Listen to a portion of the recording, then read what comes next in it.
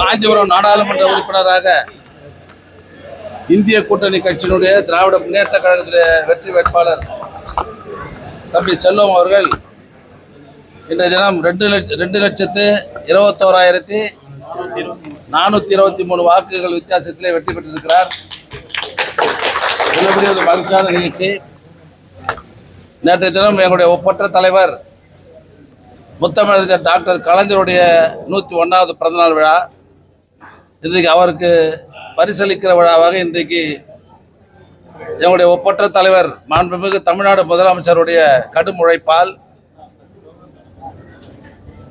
திட்டமிட்டு அமைத்த கூட்டணியின் காரணமாக 40 இடங்களிலும் திராவிட முன்னேற்ற கழக கூட்டணி வெற்றி பெறும் என்று ஏற்கனவே அறிவித்து அதை இன்றைக்கு செயல்படுத்தி காட்டியிருக்கிற தலைவர் எங்களுடைய தலைவர் அவர்கள்.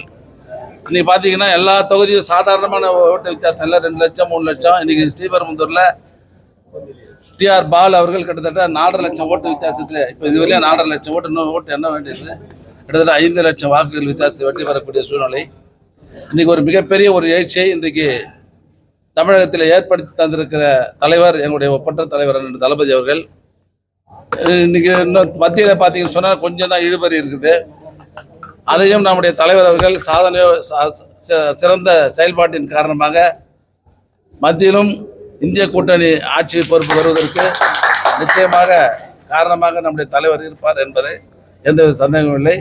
ஆக இன்றைக்கு இந்தியாவிலேயே திராவிட முன்னேற்ற கழகத்தை திரும்பி பார்க்க வைத்த தலைவர் எங்களுடைய தலைவர் அவர்கள்.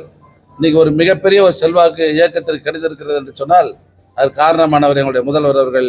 அவருக்கும் கூட்டணி கட்சியுடைய தலைவர்களுக்கும் இந்த நேரத்தில் மாவட்ட திராவிட முன்னேற்ற கழகத்தின் சார்பில் எங்களுடைய நன்றியை வாழ்த்துக்களை தெரிவித்துக் கொள்கிறோம். மோடி பலமுறை தமிழகத்துக்கு வந்தாரு. மக்களுடைய எப்படி மக்கள் தான் எங்களுக்கு தான் ஓட்டு போட்டுக்கிறாங்க. மொத்த ஓட்டு எங்களுக்கு தான் போட்டு அவரை பிடிக்கலன்னு சொல்லிக்கிறாங்க.